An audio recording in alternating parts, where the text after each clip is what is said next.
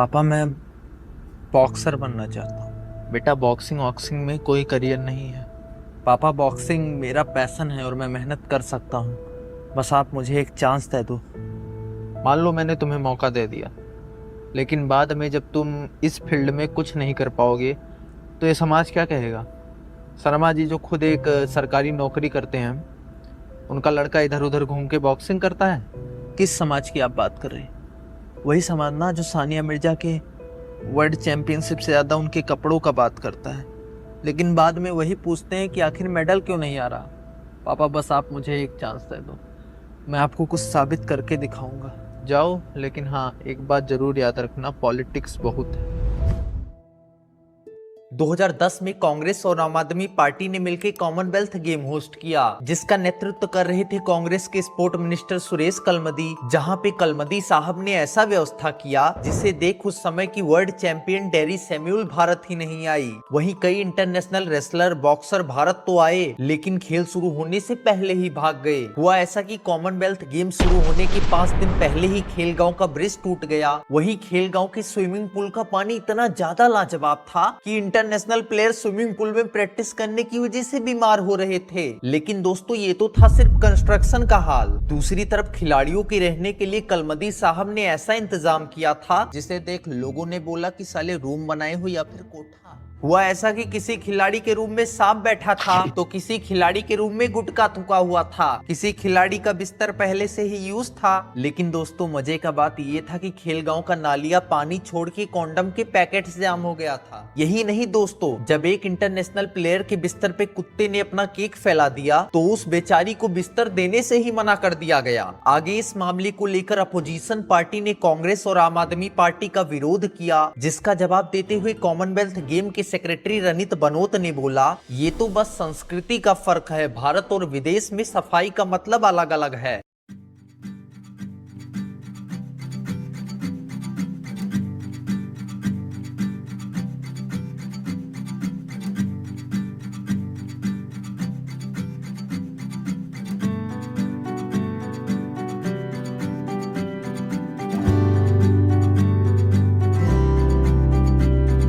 छोटी छोटी राहें मिलके कहीं दूर दूर मंजिल पर जाएगी, कभी छाँव छाँव कहीं धूप सताएगी।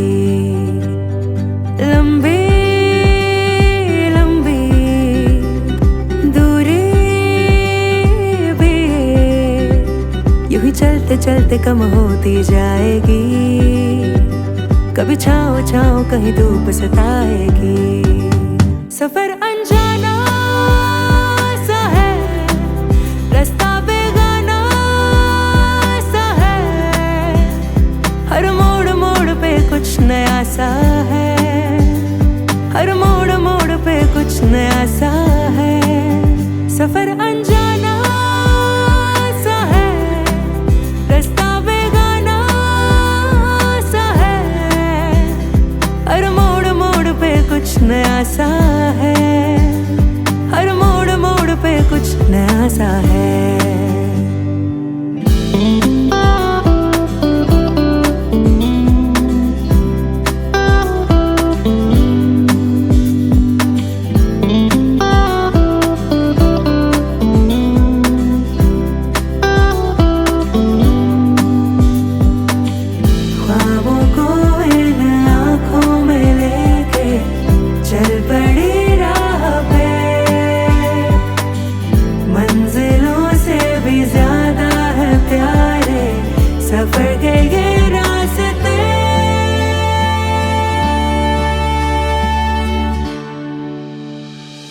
ऊंचे ऊंचे पहाड़ों पे जाके इस दिल की ख्वाहिशें यूं गुनगुनाएंगी, कहीं छाँव छाँव कहीं धूप सताएगी। लंबी लंबी दूरी भी यूं ही चलते चलते कम होती जाएगी, कभी छाँव छाँव कहीं धूप सताएगी। सफर अनजाना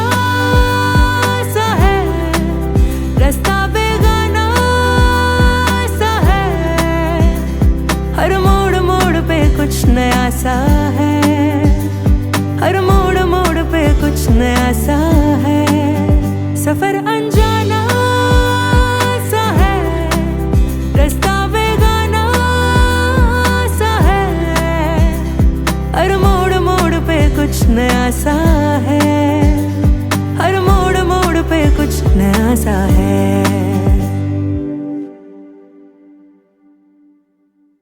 अब बारी थी कॉमनवेल्थ नाम के टाइटैनिक को ग्लेशियर से टकराने की। हुआ ऐसा, जब कॉमनवेल्थ इंडिया से खत्म हुआ तो विदेशी खिलाड़ियों ने इंडिया के खिलाफ बुरी सुविधा देने के लिए शिकायत किया, जिस कारण से आईओसी ने इंडिया को ओलंपिक और कॉमनवेल्थ होस्ट करने से बैन कर दिया। अब टाइटैनिक ग्लेशियर से तो टकरा चुका था, लेकिन अभी तक ये नहीं पता चला था कि आखिर किसने भारत के ओलंपिक होस्ट करने के सपने को डुबाया। और डुबाने वाले का नाम पता चला 2011 के सीबीआई जांच में, जहां सीबीआई ने अपनी पहली चार्जशीट दाखिल की, जिसमें साफ साफ लिखा था कि भारत में हुई कॉमनवेल्थ गेम में 70,000 करोड़ का स्कैम हुआ है। और ये स्कैम करने वाला और कोई नहीं था बल्कि हमारे प्रधानमंत्री डॉक्टर मनमोहन सिंह, दिल्ली की मुख्यमंत्री शीला दीक्षित समेत 19 लोग थे।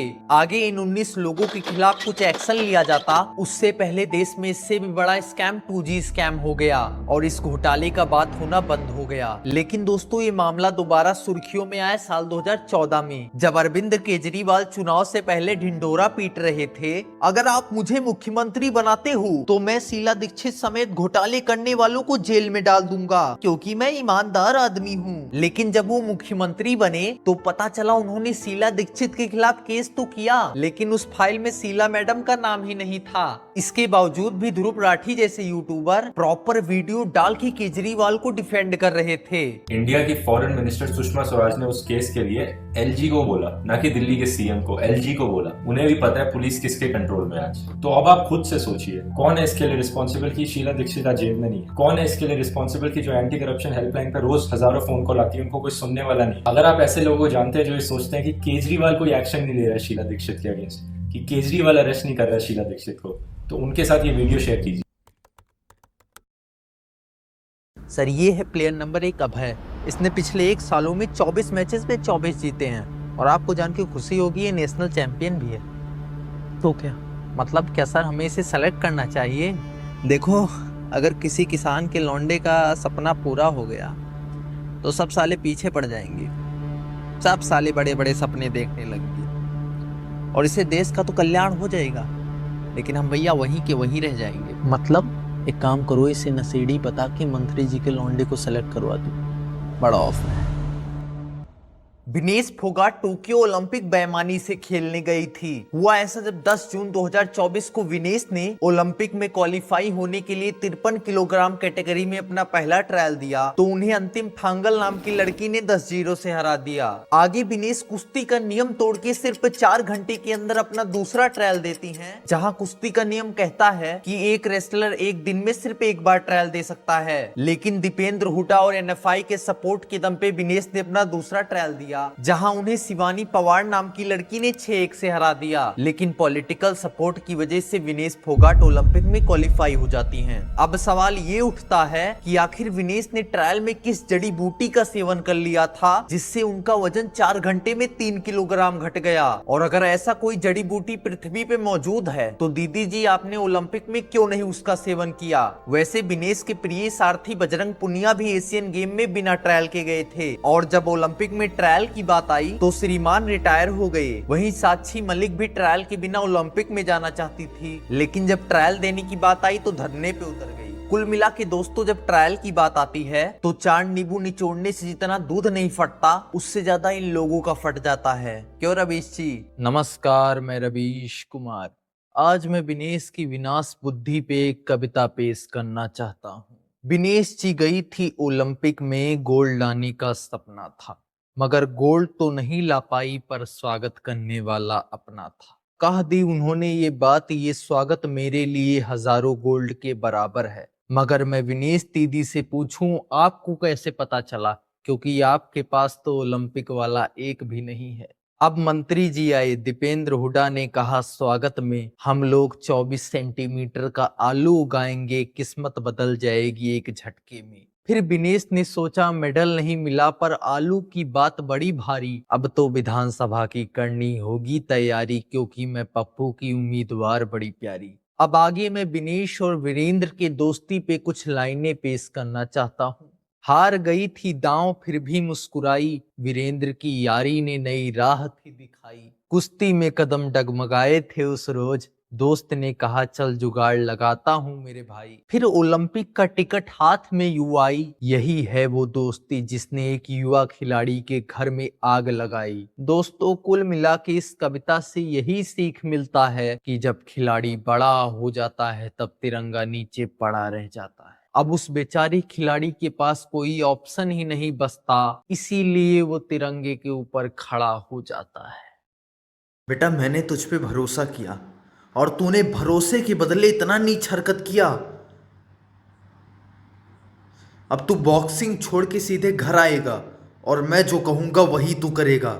समझ में आया?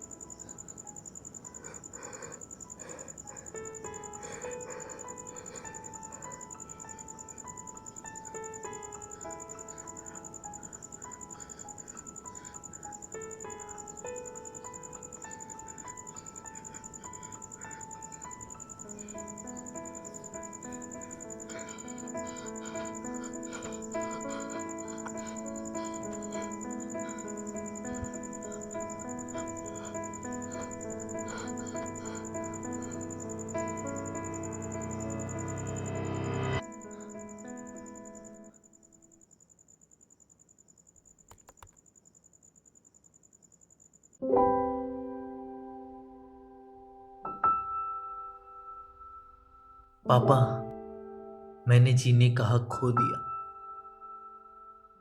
दुनिया ने मुझे नशेड़ी साबित कर दिया।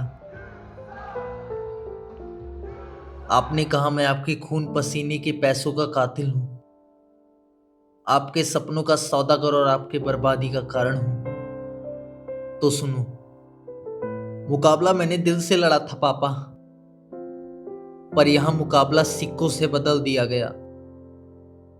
सेलेक्टर दौलत के हाथों बिक गया और मेरा हौसला यूं ही रेत सा बह गया।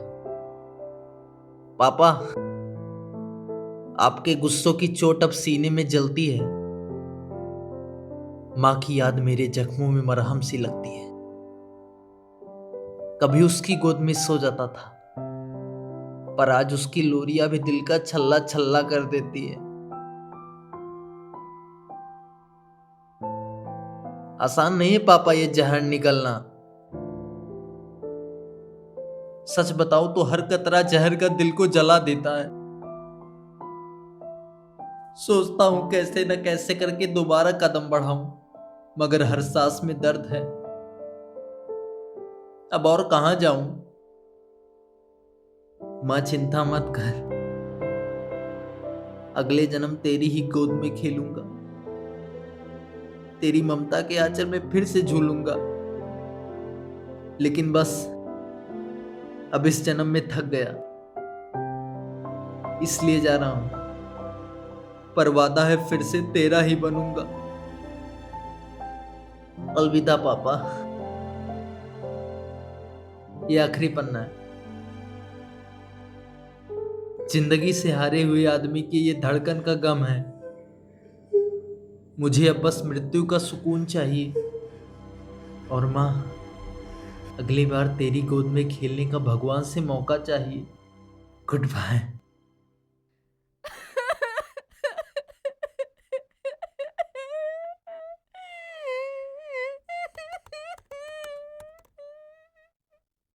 भारत की 45% वुमेन एथलीट को सिलेक्शन से पहले छेड़छाड़ का सामना करना पड़ता है। इस छेड़छाड़ के पीछे कारण होते हैं पॉलिटिशियन। भारतीय स्पोर्ट के 47% प्रेसिडेंट पॉलिटिशियन हैं और ये सिर्फ एक पार्टी के नहीं हैं, बल्कि हर एक पार्टी के पॉलिटिशियन स्पोर्ट में भरे पड़े हैं। जैसे फुटबॉल के प्रेसिडेंट है कांग्रेस के प्रफुल्ल पटेल, बैडमिंटन के प्रेसिडेंट है बीजेपी के हिमंता बिस्वा और भी कई स्पोर्ट के प्रेसिडेंट पॉलिटिशियन हैं। अब जाहिर सी बात है इन लोगों को अपने अपने खेलों के बारे में घंटा नहीं पता होगा। इनका सिर्फ एक ही लक्ष्य है करप्शन से पैसा कमाना, और इनके इसी खराब नियत की वजह से न सिर्फ खिलाड़ियों का नुकसान हो रहा बल्कि हमारे भारतीय स्पोर्ट का भी नुकसान हो रहा। जैसे 2012 में आईयूसी के इलेक्शन में चालाकी की वजह से इंडियन बॉक्सिंग को बैन कर दिया गया था। अब आगे आप सिर्फ सुनिए, 2013 में पॉलिटिक्स के कारण आर्चरी को बैन किया गया, 2023 में टेबल टेनिस को, 2022-23 में फुटबॉल को फीफा ने बैन कर दिया था। वहीं 2013 में रेसलिंग को पॉलिटिक्स की वजह से बैन कर दिया गया था।